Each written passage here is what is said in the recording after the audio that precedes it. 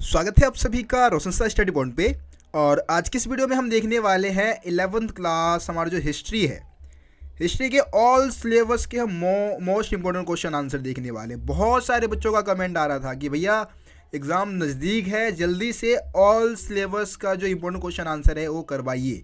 ठीक है, मेरे को मालूम है कि आप लोग 11th क्लास में है और 11th क्लास के बच्चे सिर्फ एग्ज़ाम के बीच में जो छुट्टियाँ मिलती है ना, उसी में स्टडी कर रहे होते हैं। मतलब बहुत सारे बच्चे हैं, मेहनती है, मैं मानता हूँ इस बात को, और वो स्टार्टिंग से ही मेहनत कर रहे हैं, लेकिन ज़्यादातर बच्चों की भाई ऐसी ही स्थिति है, अभी तक उन्होंने कुछ पढ़ा ही नहीं है।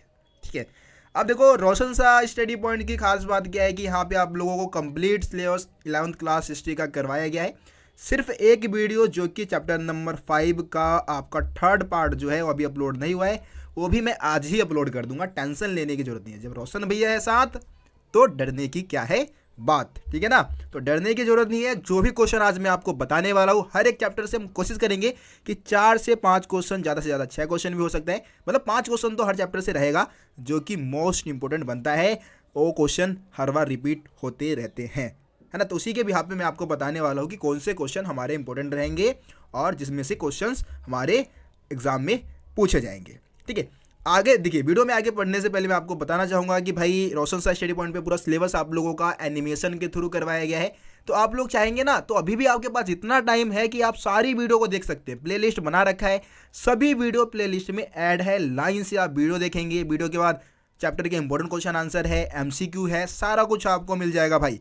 तो जाओ, तेरी किस बात की है, वीडियोस देखो, पहले इसको देख लो, उसके बाद वो भी देख लेना, या चाहो तो आप पहले उन चैप्टर्स की वीडियो को देख लो, उसके बाद इंपॉर्टेंट क्वेश्चन आंसर की वीडियो देख लेना।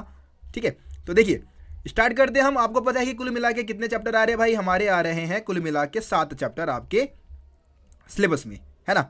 जहां से हम सबसे पहले स्टार्ट करेंगे लेखन कला और शहरी जीवन, जो कि हमारा ये दूसरा चैप्टर है।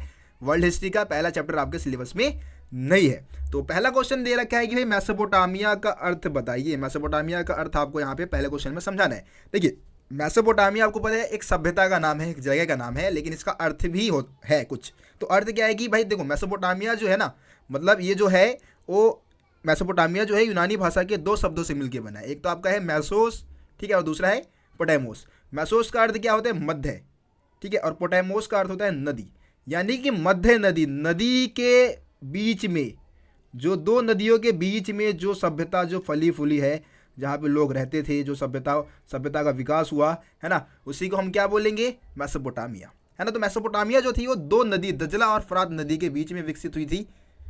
एक सभ्यता थी, ये सभ्यता का विकास हुआ था दजला और फरात नदी के आसपास। ठीक है, तो मेसोपोटामिया का अर्थ आप समझ चुके हैं।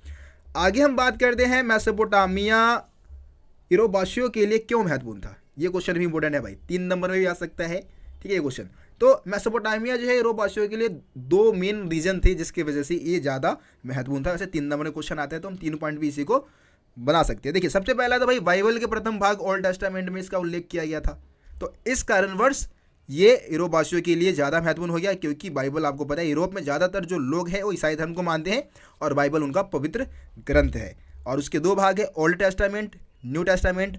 और ओल्ड टेस्टामेंट में मेसोपोटामिया का उल्लेख किया गया था। ठीक है, उदाहरण के लिए आपका जो ओल्ड टेस्टामेंट में बुक ऑफ जेनेसिस जो है उसमें सिमार का उल्लेख किया गया है। किसका, सिमार का, जिसका तात्पर्य होता है ईंटों से बनी हुई भूमि या ईंटों से बनी हुई शहर, ऐसा। तो इस कारण वो इसको महत्वपूर्ण मानते हैं। एक बार आप बताएंगे कि भाई यूरोप के लोग जो है मेसोपोटामिया को अपने पूर्वजों की भूमि मानते हैं, यानी कि उनको ऐसा लगता है कि इनके पूर्वज जो थे वो मेसोपोटामिया से ही थे और उसके बाद वो दूसरी जगह पे चले गए। ठीक है, तो ये पॉइंट आप बताएंगे इसमें। अगला क्वेश्चन जो कि मोस्ट इंपोर्टेंट है भाई इस चैप्टर का, मोस्ट इंपोर्टेंट, कि मेसोपोटामिया ने दुनिया को क्या दिया है ना। दुनिया को मेसोपोटामिया की सबसे बड़ी देन क्या है, तो बहुत सारी चीज़ें भाई मेसोपोटामिया की सभ्यता जो है या मेसोपोटामिया के जो लोग हैं उन्होंने हमारे को दिया है, इस विश्व को दिया है। जैसे कि सबसे पहले आपका गणित के बहुत सारे सिद्धांत हैं, बहुत सारी हमारे को पट्टिकाएं मिली है, उस पर गुना, भाग, चक्रवर्ती ब्याज, वर्गमूल, है ना, इन सभी चीज़ों की सूचियाँ मिली है, जो इस बात को दर्शाता है कि ये सभी गणित के सिद्धांत किन लोगों द्वारा विकसित किए गए, मेसोपोटामिया के लोगों द्वारा विकसित किए गए। इसके अलावा भाई इनको ना सौर मंडल का बहुत अच्छा नॉलेज था, पृथ्वी के चारों ओर जो चंद्रमा किस तरीके से परिक्रमा करती है, उसके आधार पर इन्होंने क्या कर रखा था, पूरे साल को 12 महीनों में, है ना, और 1 महीने को 4 हफ्ते में, ठीक है, एक दिन को 24 घंटे में, एक घंटे को 60 मिनट में। ये जो विभाजन जो है वो कहाँ के लोगों ने किया समय का विभाजन? मेसोपोटामिया के लोगों ने। ठीक है, इसके अलावा लेखन कला, ऊपर एक पॉइंट दे रखा था, पॉइंट्स नहीं बनाए हुए यहाँ पे। पहला पॉइंट तो यही था कि भाई सबसे बड़ी जो देन है वो कला गणना है ना। लेखन कला की शुरुआत जो हुई वो सबसे पहले मेसोपोटामिया के लोगों ने की है। गणित के बहुत सारी परंपराएं इन्हीं लोगों ने दी है ना। सूर्य ग्रहण, चंद्र ग्रहण के बारे में इनका पूरा नॉलेज था। सूर्य और चंद्र ग्रहण का पूरा मतलब जो भी प्रक्रिया है उसके बारे में इनको जानकारी थी। ठीक है, सबसे पहले शहरों के विकास की बात करें, सबसे पहले शहरीकरण की जो शुरुआत हुई वो मेसोपोटामिया से ही हुई थी। ठीक है, तो बहुत सारे पॉइंट है, लेखन कला वाला भी पॉइंट आखिरी में डाल रखा है, तो काफ़ी सारे पॉइंट्स हैं जो आप इसमें बता सकते हैं। और ये सारे दिन किसके हैं? मेसोपोटामिया के लोगों ने अपने को दिए हैं। तो 3 क्वेश्चन बता दिया। एक क्वेश्चन ये भी है कि भाई मेसोपोटामिया का भूगोल कैसा है, भौगोलिक दशा या भौगोलिक अवस्था का वर्णन कीजिए। तो मेसोपोटामिया के भूगोल की अगर हम बात करें तो जो मेसोपोटामिया यानी कि इस समय इसको हम किस नाम से जानते हैं? इराक के नाम से जानते हैं। इराक देश का हिस्सा है, मतलब एक तरीके से इराक को ही हम पुराने समय में मेसोपोटामिया बोलते थे। तो मेसोपोटामिया जो है वो भौगोलिक विविधताओं वाला देश है। ठीक है, और यहाँ पे जैसे इसके पूर्वी हिस्से की भाग की बात करें तो पूर्वी हिस्सा जो है वो हरे भरे ऊंचे नीचे घास के मैदान है यहाँ पे, है ना, हरे भरे और ऊंचे नीचे मैदान थे। पहाड़ी इलाका था ये, पहाड़ों से घिरा हुआ था, ऐसे आप बता सकते हैं इसके बारे में। साथ ही यहाँ पे जो पूर्वी भाग था वहाँ पे स्वच्छ झरने बहते थे, जंगली फूल वहाँ पे मौजूद थे, है ना। अच्छी फसल के लिए पर्याप्त वर्षा भी हो जाती थी। और मेसोपोटामिया के इसी भाग में क्या हुआ था? पूर्वोत्तर भाग की बात हो रही है, पूर्वी नहीं, पूर्वोत्तर भाग की बात होगी यहाँ पे। ठीक है, ये आप दिशा सही कर लेना। पूर्वोत्तर भाग की यहाँ पे बात हो रही है, पूर्वी भाग अलग है, पूर्वोत्तर भाग की यहाँ पे बात हो रही है। तो पूर्वोत्तर भाग में क्या हुआ? सबसे पहले खेती की शुरुआत हुई थी। और खेती की शुरुआत यहाँ पे कब हुई थी? लगभग 7000 ईसा पूर्व से 6000 ईसा पूर्व के आसपास। ठीक है, बहुत सारे बच्चों को ईसा पूर्व और ईसवी में अंतर नहीं मालूम है। इसके ऊपर प्रॉपर एक वीडियो बना रखा है, जाके सर्च मारे हम, मेरे चैनल पे जाके आपको मिल जाएगा। सबसे पहली वीडियो मैंने ईसा पूर्व और ईसवी में क्या अंतर होता है उसी के ऊपर मैंने बनाया था। मेसोपोटामिया का अगर हम उत्तरी भाग की बात करें तो ये क्या है? स्टेपिस घास का मैदानी इलाका है, मतलब ये घास के मैदानों से घिरा हुआ है पूरा। और यहाँ पे खेती की तुलना में लोग क्या करते हैं? पशुपालन ज़्यादा करते हैं, क्योंकि पशुपालन आजीविका के लिए क्या है? एक बढ़िया साधन माना जाता है। ठीक है, आ रही बात समझ में? अब देखिए यहाँ पे अगर हम इसके दक्षिणी भाग की बात करें तो दक्षिणी भाग क्या है? रेगिस्तानी है। ठीक है, दक्षिणी भाग के बारे में क्या बोल रहा हूँ? रेगिस्तानी भाग है। लेकिन सबसे पहले नगरों का विकास यहीं से हुआ था। अब सवाल उठता है कि भैया नगरों का विकास सबसे पहले रेगिस्तानी भाग में कैसे हो गया? तो भैया इसके पीछे का मेन रीजन ये है कि दजला और फरात नदी यहीं से बहती है, अपनी जलधाराओं के साथ यहाँ पे क्या लेकर आई? बहुत सारी उपजाऊ मिट्टी। ठीक है, और उस उपजाऊ मिट्टी की वजह से क्या था कि वहाँ पे जो खेती है, खेती बहुत अच्छी हो सकती थी भाई, है ना। खेती अच्छी होने लगी, जाहिर सी बात है खेती होगी तो व्यापार होगा, व्यापार होगा तो लोग वहाँ पे आके बसेंगे और धीरे धीरे वो फिर शहर बन जाएंगे। ठीक है, इंपॉर्टेंट क्वेश्चन है भाई ये भी, इसको भी अच्छे से आप करके जाए। आगे बढ़ते हैं। हाँ, ये क्वेश्चन भी आप देख लें। मेसोपोटामिया में माल को लाने और ले जाने के साधनों का उल्लेख कीजिए। मतलब मेसोपोटामिया में माल की आवाजाही का वर्णन करना है। या फिर क्वेश्चन को दूसरे तरीके से भी पूछ सकते हैं, इसी क्वेश्चन को अलग तरीके से पूछा जा सकता है कि मेसोपोटामिया के आयात, ठीक है, आयात और निर्यात का वर्णन कीजिए। ठीक है, आयात मतलब क्या होता है? कोई भी चीज़ हम दूसरे देश से जब लेते हैं तो आयात हो गया, और निर्यात मतलब हम जब कोई भी चीज़ दूसरे देश को देते हैं तो निर्यात हो गया। तो मेसोपोटामिया वासी भी आयात निर्यात करते थे, यानी कि व्यापार करते थे। उनके व्यापार के बारे में भी इस क्वेश्चन में आपको बताना है। ठीक है, देखिए मेसोपोटामिया में क्या था ना कि खाद्य संसाधनों की कोई कमी नहीं थी। खाने पीने की चीज़ तो बहुत है भाई वहाँ पे, लेकिन खनिज संसाधनों का वहाँ पे अभाव था। खनिज संसाधन थे नहीं। दक्षिण के अधिकांश भाग में औजार और मोहरे बनाने के लिए पत्थरों की कमी थी। ठीक है, इसके अलावा मेसोपोटामिया में आभूषण बनाने के लिए धातु उपलब्ध नहीं थे। आभूषण कैसे बने उसके लिए धातु मौजूद नहीं था उनके पास। मेसोपोटामिया के लोग तुर्की, ईरान जैसे देशों से खनिज पदार्थ मंगवाते थे और वह उनके बदले उनको क्या देते थे? खेती से पर्याप्त फसल निर्यात किया करते थे, मतलब खाद्य सामग्री उनको दिया करते थे। ठीक है, अब देखो मेसोपोटामिया में व्यापार का जो मतलब सामान था वो आयात निर्यात बैलगाड़ी से कम होता था, उतना ज़्यादा नहीं था, क्योंकि बैलगाड़ी जो था वो ज़्यादा खर्चीला होता था। ठीक है, तो इसलिए क्योंकि बैलगाड़ी से आप अगर व्यापार करेंगे तो जाहिर सी बात है उनके चारे की व्यवस्था करनी है, बैलों की व्यवस्था करनी है, तो काफ़ी खर्चा आएगा। तो इसलिए नदी मार्ग का इस्तेमाल होता था। ठीक है, नदी मार्ग जो था उस समय बहुत अच्छा साधन था। विशेषकर फरात नदी का इस्तेमाल होता था। किस नदी का इस्तेमाल करते थे व्यापार करने के लिए? फरात नदी जो था वो विश्व मार्ग के रूप में प्रसिद्ध था। कौन से मार्ग के रूप में? विश्व मार्ग के रूप में प्रसिद्ध था। ठीक है, तो ये पॉइंट्स आप यहाँ पे लिखेंगे। देखिए एक और क्वेश्चन, वैसे क्वेश्चन ज़्यादा बन जाएंगे, मैं सारे क्वेश्चन बताता चलूँगा तो, ठीक है, लेकिन फिर भी ये क्वेश्चन तो इंपॉर्टेंट है तो बताना पड़ेगा भाई। मेसोपोटामिया में लेखन कला का विकास कैसे हुआ ये आपको बताना है। क्वेश्चन क्या है? मेसोपोटामिया के लेखन कला के विकास पर प्रकाश डालते हुए बताइए कि लेखन कला मानव सभ्यता के विकास में किस प्रकार मील का पत्थर साबित हुआ। मतलब जो मानवीय सभ्यता जो विकसित हुई उसमें लेखन कला का क्या योगदान रहा, ये भी आपको बताना है। और पहले तो आपको बताना है भाई लेखन कला का विकास कैसे हुआ मेसोपोटामिया में, और दूसरा कि किसी सभ्यता के विकास में लेखन कला का क्या योगदान होता है, वो भी आपको इसमें बताना है। देखिए मेसोपोटामिया से जो पुरानी पट्टिका मिली है ना, सबसे पुरानी पट्टिका, वो 3200 ईसा पूर्व की है। इससे क्या समझ में आता है कि 3200 ईसा पूर्व पहले उन्होंने लिखना स्टार्ट किया होगा, यही समझ में आता है ना। अब देखिए जो हमें पट्टिकाएँ मिली है ना, उस पर बहुत सारी सूचियाँ मिली है, जैसे कि उसमें बैलों की चित्र मिले, मछली, रोटी, लगभग 5000 सूचियाँ मिली है। ठीक है, और देखो मेसोपोटामिया वासियों को लेखन कला की जरूरत क्यों पड़ी होगी? तो सबसे पहले भाई लेन देन का हिसाब रखना था, तो लेन देन का हिसाब रखने के लिए लेखन कला की जरूरत हुई होगी, है ना। इसके अलावा मेसोपोटामिया के जो है लोग हैं वो चिकनी मिट्टी की पट्टिकाओं पे लिखा करते थे।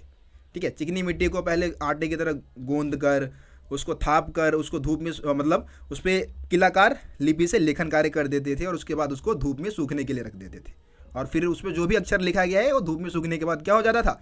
मजबूत हो जाता था, एक पट्टिका बन गया वो, है ना। तो उस पर वो लेखन कार्य करते थे। और जो चिन्हों की संख्या थी वो बहुत ज़्यादा थी, सैकड़ों में चिन्हों की संख्या सीखनी पड़ती थी, कोई लिमिट नहीं थी चिन्हों की संख्या। विशेषकर चित्रमयी लिपि ही थी, इसमें चित्रों के माध्यम से चीज़ों को दर्शाया जाता था, तो चिन्हों को सीखना बहुत मुश्किल काम था। अब देखिए ये मील का पत्थर कैसे साबित हुआ किसी सभ्यता के विकास में? तो मील का पत्थर इसलिए साबित हुआ क्योंकि जो भी मेसोपोटामिया वासियों की उपलब्धियां है उसके बारे में हमारे को मालूम क्यों है? लेखन कला के माध्यम से ही। लेखन कला के माध्यम से हम इतिहास के विकास को समझ सकते हैं, इतिहास के बारे में जान सकते हैं। तो इस तरीके से मेसोपोटामिया वासियों का इतिहास जो है वो लेखन कला के विकास के कारण ही आज भी जीवित है। आ रही बात समझ में? आगे बढ़ते हैं। मेसोपोटामिया के मंदिरों की विशेषता भाई, मेसोपोटामिया के मंदिरों की क्या विशेषता थी? ये क्वेश्चन भी इंपॉर्टेंट है। देखिए आरंभिक जो मेसोपोटामिया के जो सबसे पहले मंदिर थे वो छोटा सा देवालय होता था। देवालय यानी कि देवताओं का घर, जो कि कच्ची ईंटों का बना होता था। और ये देवालय विभिन्न प्रकार के देवी देवताओं का निवास स्थल था, जैसे कि उर यानी कि चंद्र देवता, और इंदाना जो है वो युद्ध और प्रेम की देवी मानी जाती थी। ठीक है, ये नाम याद रखना पड़ेगा भाई। उर यानी कि चंद्रदेव और इंदाना यानी कि युद्ध और प्रेम की देवी। मंदिर जो थे वो ईंटों से बनाए गए थे, है ना। समय के साथ इसका विस्तार होने लग गया था। इसमें खुले आंगन के चारों तरफ कमरे बनाए जाने लगे थे। कुछ मंदिर साधारणतः घर जैसे ही होते थे, क्योंकि मंदिर भी देवी देवताओं का घर ही होता है, इसीलिए इसको घर जैसा ही बोला जाता है ना। लोग क्या करते थे? देवी देवताओं को अनेक उपहार चढ़ाया करते थे, भेंट भी लाते थे उनके लिए, जैसे मछली, अंडे, अन्न आदि चीज़ें चढ़ाते थे। ठीक है, तो ये सारे पॉइंट्स आप मंदिरों की विशेषता में बताएंगे। उसके बाद एक और क्वेश्चन देख लेते हैं, ये तो आसान है, आप आसानी से इस क्वेश्चन का आंसर भी दे पाएंगे कि मेसोपोटामिया की जो ज़मीन है वो प्राकृतिक उपजाऊ होने के बावजूद कृषि के क्षेत्र में संकट आने के क्या कारण थे। यानी कि आपको पता है मेसोपोटामिया की जो भूमि थी वो बहुत ज़्यादा उपजाऊ थी, लेकिन उपजाऊ होने के बावजूद भी कई बार वहाँ की खेती जो है ना वो संकट से घिर जाती थी। इसके पीछे क्या कारण थे? तो 4 कारण हैं, बहुत ही आसानी से आप समझ जाएंगे। पहले देखिए, खेती करने के लिए जल की जरूरत होगी, पानी की, है ना। और पानी का मेन साधन क्या था? फरात और दजला नदी। और कई बार क्या होता था कि फरात और दजला नदी अपनी जल धाराओं के साथ इतना ज़्यादा पानी ले आती थी ना कि जो खेत होते थे ना वो पानी में ही डूब जाते थे। कई बार ये जल धाराएँ क्या करती थी? अपना रास्ता बदल लेती थी। अब मान लो कि भाई इधर से जलधारा पहले बह रही है, अब इधर की तरफ बहने लग गई, तो जलधारा ने क्या किया? अपनी रास्ता बदल लिया, जिस कारण खेत सूख गए, पानी नहीं मिल पाया। कई बार डूब गए, कई बार सूख गए।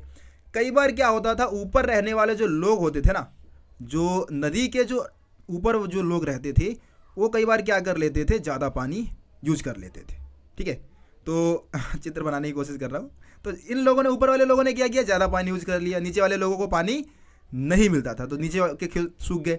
कई बार ऊपर वाले लोग अपने बेवकूफ़पना के कारण क्या करते थे ना कि ये जो नदियों की जो जलधारा है ना उस पर गाद जमा देते थे, मतलब साफ़ सफाई नहीं करते थे, गाद जम गए तो पानी की जो जलधारा है ऊपर ही रुक गई और नीचे वाले लोगों को पानी नहीं मिल पाया, और इस कारण भी से खेत जो थे वो सूख जाते थे। आसान क्वेश्चन था लेकिन इम्पोर्टेंट है, आता है पेपर में।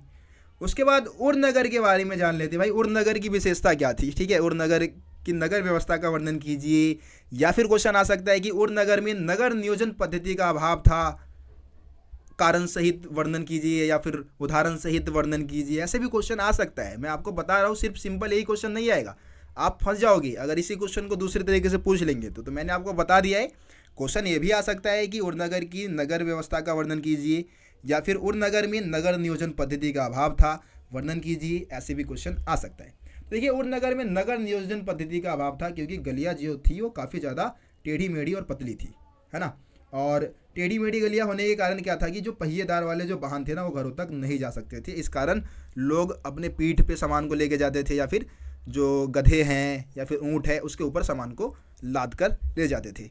जल निकासी की व्यवस्था की बात करें तो सारा जो पानी था वो आंगन में जाता था। छत का जो ढलान होता था वो भी आंगन की तरफ होता था, और सारा पानी आंगन में जाता था। आंगन के बाद एक हौज बना होता था, उस हौज में पानी गिरता था।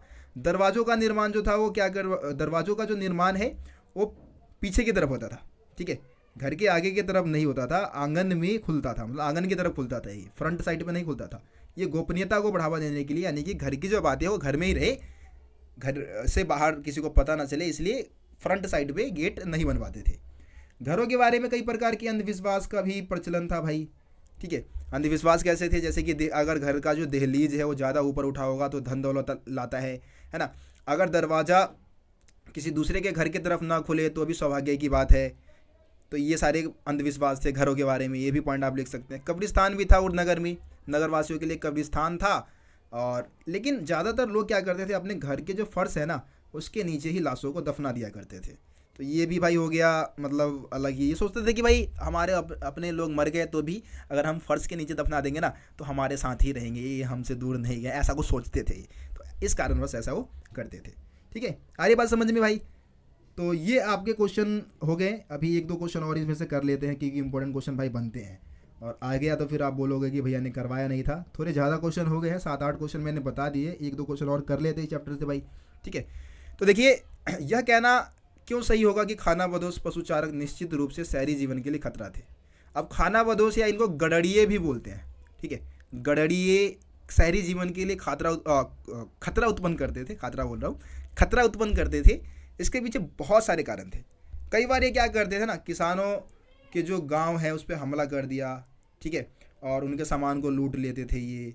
और कई बार इनके बीच में जो गडरिये थे उनके बीच में और किसानों के बीच में झगड़े हो जाते थे। अब शहरीकरण का विकास क्यों होगा, जब शांति का माहौल रहेगा, व्यापार ज़्यादा फलेगा फूलेगा, कृषि अच्छी होगी। लेकिन कृषि को ही नुकसान पहुंचाते थे। जो खानाबदोश जो पशुचारक थे ना, वो कृषि को ही सबसे ज़्यादा नुकसान पहुंचाते थे। अब देखिए, ये गडरिये क्या करते थे, कई बार भेड़ बकरी जो इनके पास जो जानवर है पानी पिलाने के लिए उनको बोए हुए खेतों से गुजार देते थे, जिस कारण किसानों का फसल खराब हो जाता था। गडरिये कई बार गांव पर हमला बोल के उनका माल लूट लिया करते थे, है ना। कई बार बस्ती वाले लोग भी इनका रास्ता रोक देते थे, जिस कारण दोनों में झड़प हो जाती थी, लड़ाई हो जाता था। तो नदी नहर तक उनके जानवरों को नहीं लेके जाने दिए, तो इससे दोनों के बीच में संघर्ष होता था, और ये भी शहरी जीवन के लिए खतरा था एक तरीके से। ये पॉइंट बता दें। ठीक है, उसके बाद मारी नगर समृद्ध क्यों था। मारी नगर इतना ज़्यादा समृद्ध क्यों था, तो देखिए, मारी नगर समृद्ध हुआ अपने व्यापार के कारण। मारी नगर व्यापारी केंद्र पे स्थित था। ठीक है, और यहाँ से जितने भी मतलब लकड़ी तांबा आदि के जो नाव है वो फरात नदी के रास्ते दक्षिण तुर्की सीरिया लाया और ले जाया जाता था, क्योंकि फरात नदी के आसपास स्थित था मारी नगर। तो वहाँ जितना भी व्यापार होता था ना वो मारी नगर से ही होता था। तो मारी नगर के अधिकारी लदे माल की जांच करते थे और 10% शुल्क भी उससे वसूलते थे, और इस कारणवश मारी इतना ज़्यादा समृद्ध हो गया था। ठीक है, तो ये क्वेश्चन थे भाई दूसरे चैप्टर से।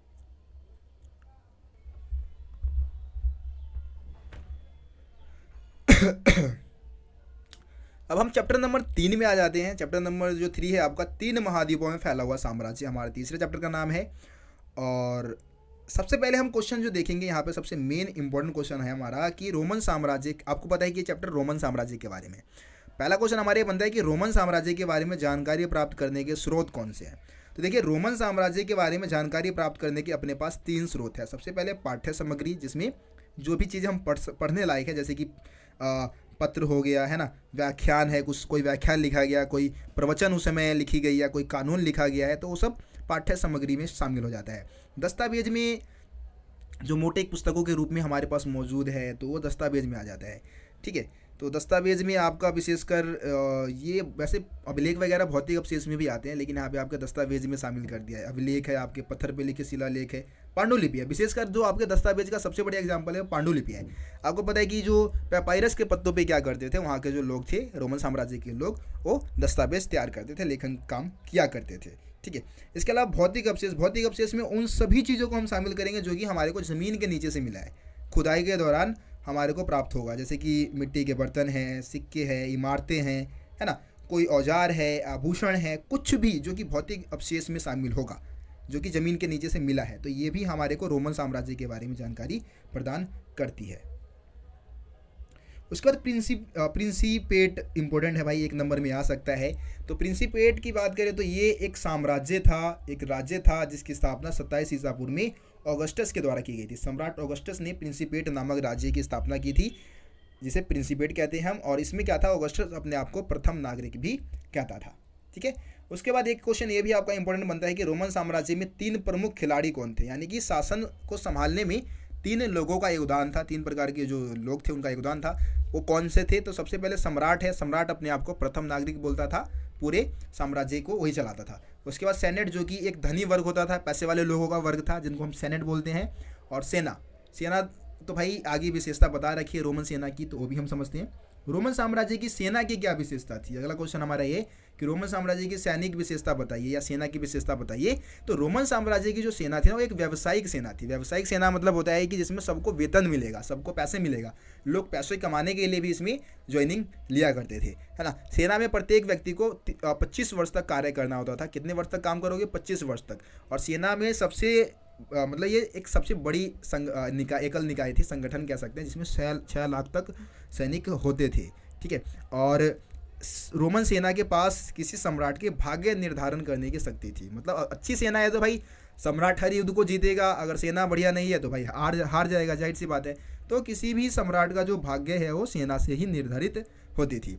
अब सेनेट जो है वो सेना से घृणा करती थी, और क्योंकि सेना बार बार हिंसा करती रहती, तो इस कारण सेनेट जो है वो सेना से घृणा करती थी। ठीक है, ये पॉइंट्स आप बताएंगे इसमें।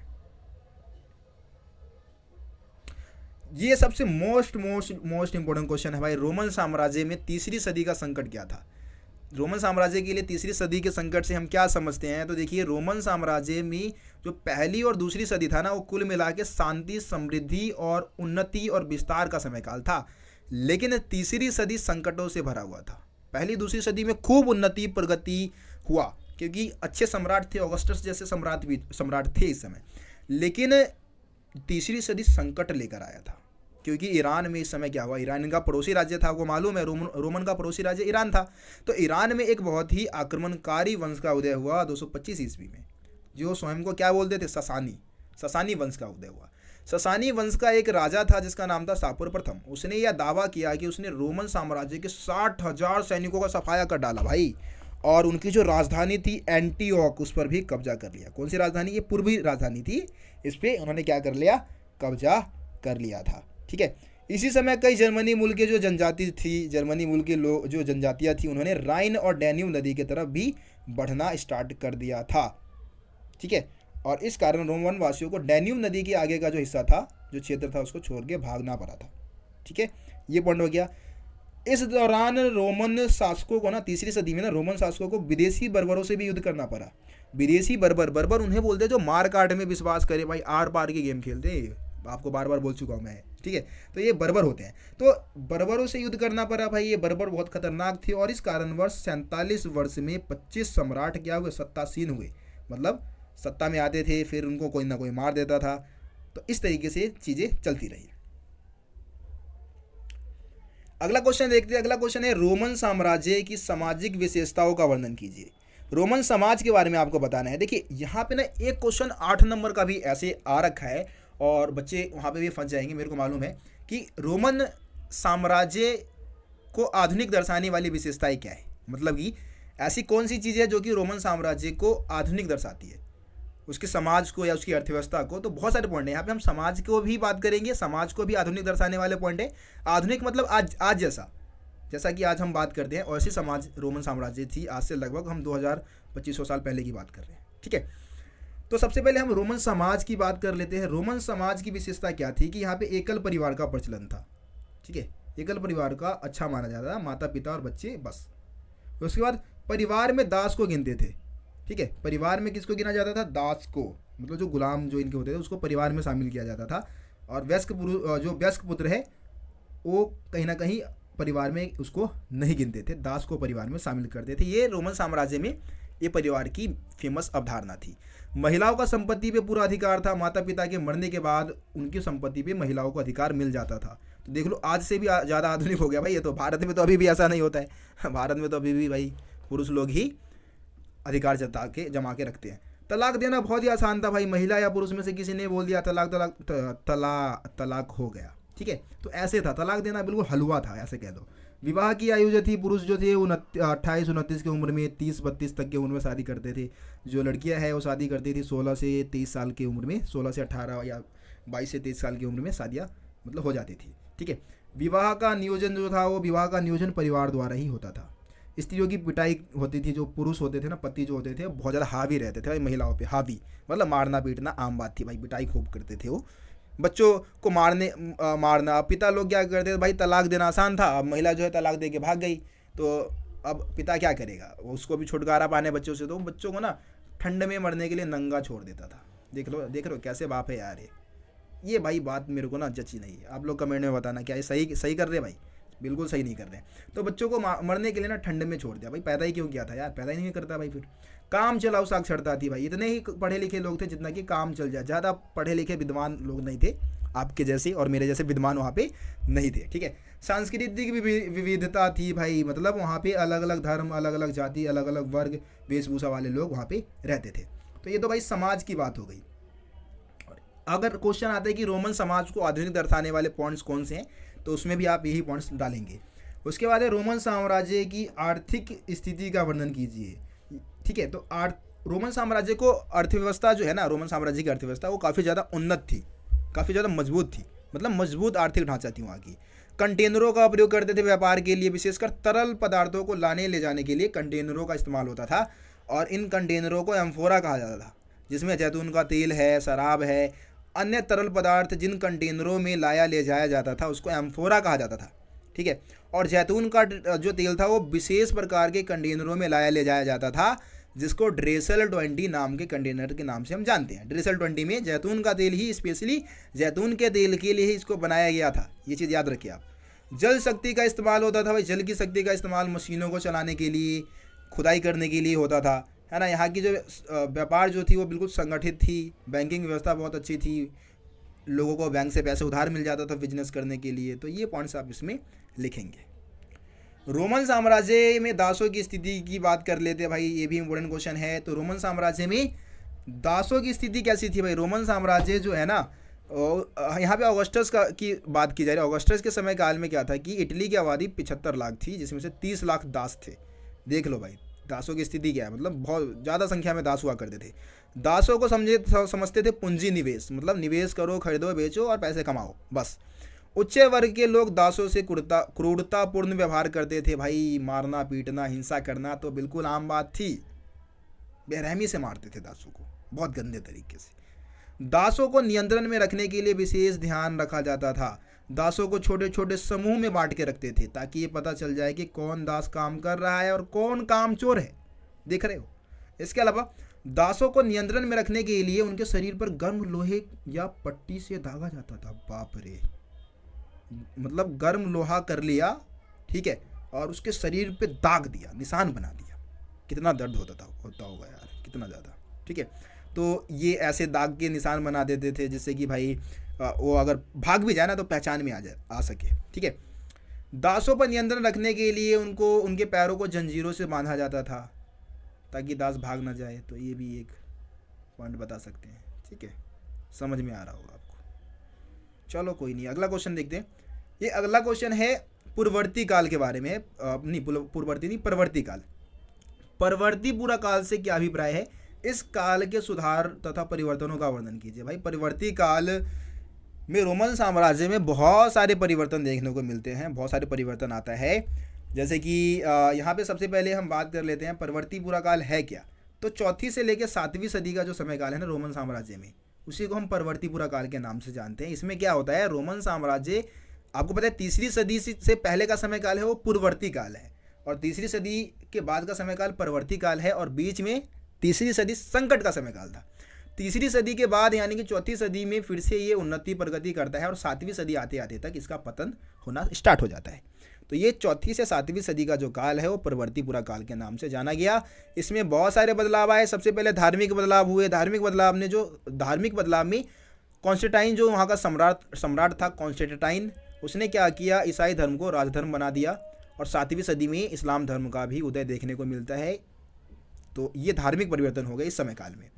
राज्य के ढांचे में यानी कि रोमन साम्राज्य का जो राज्य था, जो रोमन साम्राज्य था, उसमें कौन कौन से बदलाव हुए। तो सबसे पहले डायोक्लिशियन ने क्या किया, साम्राज्य को थोड़ा छोटा कर दिया। उसको लगा कि साम्राज्य का विस्तार बहुत हो गया, बहुत ऐसे क्षेत्र शामिल है जिसका कोई महत्व भी नहीं है, तो हटाओ उसको, छोटा करो साम्राज्य को थोड़ा छोटा बना दिया। साम्राज्य के जो मतलब जो सीमाएं थी, मतलब प्रांतों के जो सीमाएं हैं, उस पर किले बनवा दिए, प्रांतों का पुनर्गठन किया, बहुत सारे नए नए प्रांत बनवा दिए, उनकी सीमाएं दोबारा से गठित कर दी। सैनिक और असैनिक कार्यों को अलग कर दिया, यानी कि जो सेना का काम है वो सेना, और जो सेना का काम नहीं है वो दूसरे लोग करेंगे, ठीक है। सेनापतियों को अधिक स्वायत्तता प्रदान किया, यानी कि उनको ज़्यादा अधिकार प्रदान कर दिया ताकि वो अच्छे से काम करे, ठीक है। सम्राट कॉन्स्टेंटाइन ने क्या किया, मुद्रा प्रणाली में सुधार किया। वो तो डायोक्लिशियन के बारे में 4 पॉइंट था भाई। डायोक्लिशियन का ना अलग से भी 3 नंबर में क्वेश्चन आ सकता है कि रोमन साम्राज्य के ढांचे में डायोक्लिशियन के द्वारा कौन कौन से परिवर्तन किए गए, तो मालूम होना चाहिए आप लोगों को, ठीक है। उसके बाद सम्राट कॉन्स्टेंटाइन ने कौन कौन से बदलाव किए, मुद्रा प्रणाली को सुधारा। सॉलिड्स नाम का नया सिक्का चलाया था जो कि 4.5 ग्राम का था, शुद्ध सोने का सिक्का था ये, शुद्ध, ठीक है। एक दिनारियस भी था जो कि विशुद्ध था, लेकिन ये शुद्ध है, और दोनों का वजन सेम ही था, 4.5 ग्राम, ठीक है। सम्राट कॉन्स्टेंटाइन ने क्या किया, इस समय कुस्तुनिया को अपनी राजधानी बना दी, ठीक है, राजधानी बनाई जो कि तीनों ओर समुद्र से भी घिरा हुआ था। इतने पॉइंट्स भाई काफ़ी है, इतने कर लो, प्रभाव रहने देते हैं, ठीक है। देखो ये क्वेश्चन तो इंपॉर्टेंट है, ऊपर ही मैं आपको बता चुका हूँ। रोमन समाज और अर्थव्यवस्था को आधुनिक दर्शाने वाले लक्षणों का वर्णन कीजिए। तो सबसे पहले रोमन समाज की बात करें, आपको ऊपर मैं बता चुका हूँ। रोमन समाज में एकल परिवार का प्रचलन था, सांस्कृतिक विविधता थी, तलाक देना बहुत आसान था, महिलाओं का संपत्ति पर अधिकार था, विवाह की आयु बता दो, है ना। तो ये सब समाज को आधुनिक दर्शाता है। और अगर हम बात करें अर्थव्यवस्था को आधुनिक दर्शाने वाले, तो भाई मजबूत आर्थिक ढांचा, कंटेनरों का प्रयोग होता था, धन का व्यापक प्रचलन था, जल शक्ति का प्रयोग करते थे, है ना, व्यापार जो था वो संगठित था, बैंकिंग व्यवस्था अच्छी थी। तो ऊपर सारे पॉइंट्स आपको बताए जा चुके हैं, आप इन सभी पॉइंट्स को स्पष्ट करें, क्योंकि 8 नंबर का क्वेश्चन आता है, 8 नंबर का, तो स्पष्ट करना जरूरी है, मतलब पॉइंट्स को एक्सप्लेन करना जरूरी है भैया, जब ही जाके 8 नंबर मिलेंगे। हमने यहाँ पे लिख भी दिया है, स्पष्ट करें, स्पष्ट, ठीक है, आंसर में आपके। चलिए आगे बढ़ते हैं। अब आ जाते हैं यायावर साम्राज्य। देखिए मेरे को लगता है कि भाई नॉन स्टॉप मैं बोल रहा हूँ, थक चुका हूँ। वीडियो को 2 पार्ट में बनाऊंगा, इंपॉर्टेंट क्वेश्चन आंसर की वीडियो जो आपका है वो 2 पार्ट्स में ही आएगा। इसमें एक चैप्टर ये भी हम कर लेते हैं, यायावर साम्राज्य वाला। चलिए इसमें से 3-4 क्वेश्चन ही बताऊंगा, ज़्यादा नहीं बताऊंगा, 3-4 ही बताऊंगा, लेकिन बहुत इंपॉर्टेंट है भाई, फिक्स समझ लो, फिक्स, जो कि एग्ज़ाम में ज़रूर आएगा। चलिए मेन जो हमारा क्वेश्चन रहेगा ना वो चंगेज खान के बारे में रहेगा, क्योंकि ये चैप्टर जो है चंगेज खान के बारे में। हमारे भाई साहब ये देखिए, आहा, दाढ़ी अच्छी लग रही है सर की, और आंखें भी बढ़िया बनाई है। वैसे ऊपर हमने अपना लगा दिया रोशन सा स्टडी पॉइंट का। तो यह है चंगेज खान, ठीक है। देखिए चंगेज खान कौन था, क्वेश्चन क्या है, चंगेज खान का जीवन परिचय आ सकता है तुम्हारे 8 नंबर में आ सकता है। तो चंगेज खान कौन था, वह मंगोलों का महानायक कैसे बना, मंगोलों का महानायक कैसे बन गया भैया ये। देखिए चंगेज खान का जन्म हुआ 1162 ईस्वी में। जो आधुनिक मंगोलिया है उसमें ओनोन नदी है, ओनोन नदी के निकट ही इसका जन्म हुआ था। कौन सी नदी के निकट, ओनोन नदी। कब हुआ, 1162 में। अब उसका आरंभिक नाम क्या था, तेमुजिन। बचपन का नाम क्या था, तेमुजिन। पिता का नाम एसुजेई, क्या नाम, एसुजेई, और जो कि कियात कबीले के मुखिया भी थे। कौन से कबीले के, कियात कबीले के। उनके पिता की जो अल्प आयु में हत्या कर दी, मतलब कि जब चंगेज खान छोटा था, मतलब तेमुजिन छोटा था, तभी उनके पिता की हत्या हो गई थी। उनकी माता ओलोइन ईके, क्या नाम है, ओलोइन ईके, ने क्या किया, तेमुजीन और उसके जो भी सगे और सौतेले भाई थे उनका पालन पोषण बहुत ही मुश्किल से किया था, बहुत मुश्किल से। ठीक है, 1170 में तेमुजीन का अपहरण हो गया, दास बना लिया गया उसे। उसकी पत्नी भी थी जिसका नाम क्या था, बोरटे। ठीक है, तो उसकी वाइफ जो थी बोरटे, ठीक है, तो उसको क्या कर लिया भाई, उसको भी अपहरण कर लिया गया था, उसको भी किडनैप कर लिया। और आखिर में उसने क्या किया, पत्नी को छुड़ाने के लिए लंबी लड़ाइयाँ लड़ी, उसमें बहुत सारे दोस्त भी बनाए। इस विपत्ति के समय में बहुत मित्र बनाए उसने। बोगो रचू उसका पहला मित्र था, ठीक है, जिसने सदैव तेमुजीन का साथ दिया, हमेशा उसके साथ रहा। कौन, बोगो रचू। ठीक है, और तेमुजीन का सगा भाई जम्मू का भी जो था, उसका एक और मित्र भी था, बाद में दुश्मन भी हो जाएगा, लड़ाई होगी इनके बीच में, मारेंगे एक दूसरे को। तो तेमुजीन ने अपने पिता के मतलब भाई था, चाचा कह सकते हैं, तो तुगरलिल उर्फ ओक खान, शॉर्ट में ओक खान बोल दो भाई, ओक खान नाम लिख देना, इतना बड़ा नाम याद नहीं होगा तो भी कोई बात नहीं है, लेकिन ओक खान नाम याद रख लो आप। तो उनसे भी अच्छे संबंध बनाए और मित्रता की। वैसे हत्यारा ही था, ओक खान ने ही इसके पिता की हत्या करवाई थी। चंगेज खान अब महानायक बनेगा भाई, महानायक ऐसे बनेगा, तो तेमुजीन का सगा भाई जम्मू का बाद में उसका शत्रु बन गया। 1180 से 90 में तेमुजीन ने ओक खान की सहायता से जमुका जैसे शक्तिशाली दुश्मनों को हराया। ठीक है, जमुका को पराजित करने के बाद तेमुजीन का आत्मविश्वास बढ़ गया, उसका जो मोटिवेशन का जो लेवल था वो बढ़ा, कॉन्फिडेंस बढ़ा उसका, और अपने शत्रुओं पर विजय प्राप्त करने के लिए वो आगे बढ़ा, जिसमें उसने तातार, कैराइट और स्वयं ओक खान को भी हराया उसने। ठीक है, तो 1206 में क्या हुआ, शक्तिशाली जमुका जो है उसको भी हराया, नीमन एक लोग है, जनजाति है, उनको भी हराया उसने, और अपने शत्रुओं पर उसने विजय प्राप्त की। तो एक सभा है मंगोल में के सरदारों की, एक सभा थी जिसका नाम था कुरिलताई, है ना। कुरिलताई की एक सभा में क्या हुआ, उसको मान्यता मिली, कौन सी मान्यता, चंगेज खान, समुद्र खान, अर्थात सार्वभौमिक शासक की उपाधि उसको दी गई, चंगेज खान की उपाधि दी गई थी तेमुजीन को। और वो तेमुजीन से किस नाम से फेमस हो गया, आप चंगेज खान के नाम से फेमस हुआ। बहुत ज़्यादा इंपॉर्टेंट क्वेश्चन है भाई। अब देखिए दूसरा क्वेश्चन जो है कि इस चैप्टर से बता रहा हूँ, ज़्यादा नहीं बताऊंगा इस चैप्टर से, 3 से 4 क्वेश्चन ही बताऊंगा, ज़्यादा से ज़्यादा 4 क्वेश्चन होगा। ठीक है, तो देखिए चंगेज खान की सैनिक उपलब्धि बतानी, सैनिक सफलता में किन किन कारणों ने योगदान दिया। तो चंगेज खान की सैनिक सफलता में बहुत सारे कारणों ने क्या किया, योगदान दिया। जैसे कि उनका जो घुड़सवारी का जो कौशल था बहुत ही अद्भुत था भाई, बहुत ही अद्भुत। ठीक है, और इस घुड़सवारी के कौशल ने क्या किया, उसकी सेना को बहुत तेज़ गति प्रदान कर दी। घोड़े पर सवार होकर जो तीरंदाजी का जो कौशल था अद्भुत था, बहुत खतरनाक तरीके से तीरंदाजी करते थे ये। वैसे जंगलों में शिकार करते समय इन्होंने क्या किया था, ये तीरंदाजी का अनुभव प्राप्त किया था, है ना। इसके अलावा जो आसपास के भूभाग है, मौसम है, उसकी अच्छी खासी जानकारी थी। इस कारण शीत ऋतु में भी इसके सैन्य अभियान रुके नहीं, लगातार हमले होते रहे, दुश्मनों को हमेशा मारते रहे। ठीक है, इसके अलावा इन्होंने क्या किया, चंगेज खां के जो मतलब नीतिकार थे, सलाहकार जो थे वो अच्छे थे। उन्होंने सारी उनकी मतलब जो भी व्यवस्थाएं थी, जैसे किलेबंद शिविर तक उनकी पहुंच है, सक्षम हो पाए, वो अच्छे से नीतियाँ बना के हमला किया करते थे। इसके अलावा चंगेज खां के इंजीनियरों ने क्या किया, हलचल उपकरण यानी कि थोड़ी बमबारी वगैरह जो है, नफ्ता बमबारी की जो सिस्टम थी उसको भी विकसित कर लिया था, और इन बमबारी के माध्यम से शत्रुओं को काफ़ी ज़्यादा नुकसान पहुंचा सकते थे। ठीक है, तो ये क्वेश्चन भी इंपॉर्टेंट है। आगे देखते हैं। हाँ, संचार प्रणाली, चंगेज खां द्वारा अपनाई गई संचार प्रणाली का वर्णन कीजिए। ठीक है, जिसको हम हरकारा पद्धति भी बोलते हैं, हरकारा पद्धति। तो चंगेज खां ने जिस संचार व्यवस्था को अपनाया था, संचार व्यवस्था को अपनाने से फ़ायदा ये था कि सूचनाओं का आदान प्रदान तेज गति से हो जाता था। तो इसमें क्या था कि चंगेज खां ने एक फुर्तीली संचार पद्धति को अपना रखा था, जिसको हम क्या बोलते हैं, हरकारा पद्धति बोलते हैं। ठीक है, और इसमें क्या था कि भाई निश्चित दूरी पर क्या बनाई जाती थी, चौकियाँ बनाई जाती थी। मान लो कि एक इधर बना दी, एक इधर बना दी, लगभग 3 से 4 मील की दूरी पे, 4 मील ऐसे दूरी होती थी। तो उसमें क्या होता था कि चौकियाँ बना दी गई। मैं एग्जांपल देके आपको समझाता हूँ।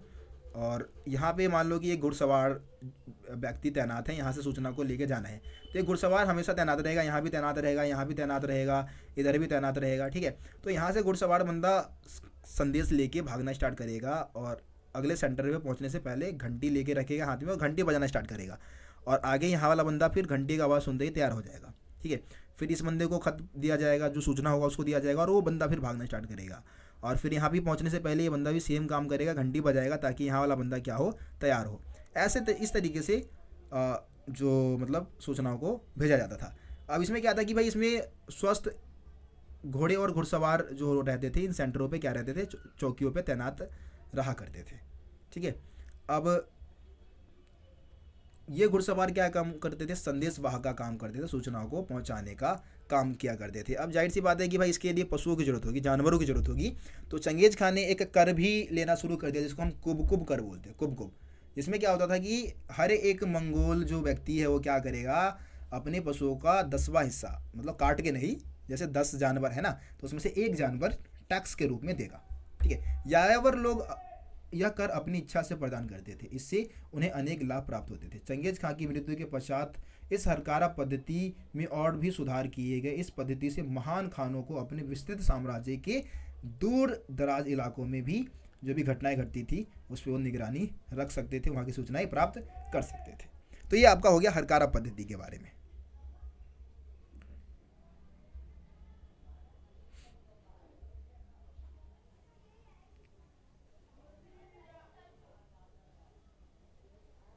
हाँ, एक क्वेश्चन आप इसको भी जरूर करके जाए कि मंगोल साम्राज्य को चंगेज खां की क्या देन है। वैसे चंगेज खां को हत्यारा कहा जाता है, लुटेरा कहा जाता है, क्योंकि उसने बहुत सारे नगरों को लूट लिया, बहुत सारे महिलाओं और पुरुषों की हत्या कर दी। लेकिन फिर भी मंगोलिया के इतिहास में चंगेज खां का ना एक विशेष स्थान है। तो चंगेज खां को मंगोलिया का महानायक क्यों बोला जाता है, इसके पीछे बहुत सारे कारण हैं। ठीक है, तो इसने क्या किया था भाई, सबसे पहले चंगेज खां जो था वो महान शासक इसलिए बना क्योंकि उसने मंगोलों को संगठित किया था। क्या किया, मंगोलों को संगठित किया, क्योंकि वो घुमक्कड़ लोग थे, उनका आता पता ही ना आज कहाँ है कल कहाँ है। तो चंगेज खान ने सबसे पहले उनको संगठित किया। जो वर्षों से जो चीन जो मतलब चीन के साथ जो लड़ाइयाँ चली आ रही थी, जो चीनी लोग उनके साथ शोषण करते थे, उससे मुक्ति दिलाई। इसने क्या किया, एक पार महाद्वीपीय साम्राज्य स्थापित किया, व्यापार मार्ग और बाजारों का नया जीवन दिया। ठीक है, फलस्वरूप क्या था कि मंगोल जो है समृद्ध हुआ, मंगोलिया के समृद्धि में इसका योगदान रहा। तो इस कारणवश वो महानायक बन गया मंगोलिया का, कौन, चंगेज खान। ठीक है,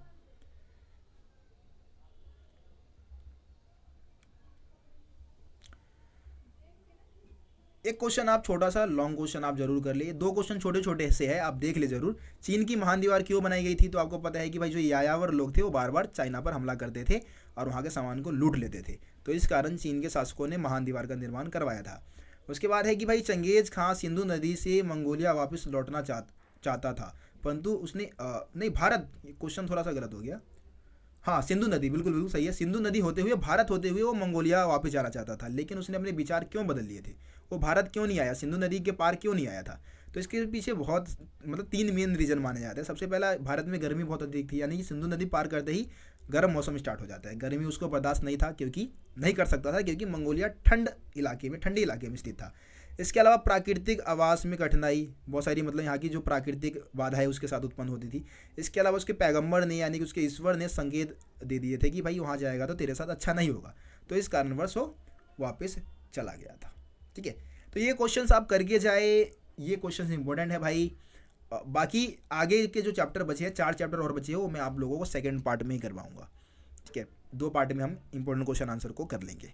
तो अगली वीडियो का इंतजार करिए। चैनल को अभी तक सब्सक्राइब नहीं किया तो सब्सक्राइब करके बेल आइकन को प्रेस कर दिए, ताकि मेरे चैनल पे आने वाली सभी वीडियो का नोटिफिकेशन सबसे पहले आप तक पहुंचे। तो मिलते फिर आप लोगों से अगली वीडियो में, तब तक के लिए जय हिंद, जय भारत, अपना ख्याल रखें।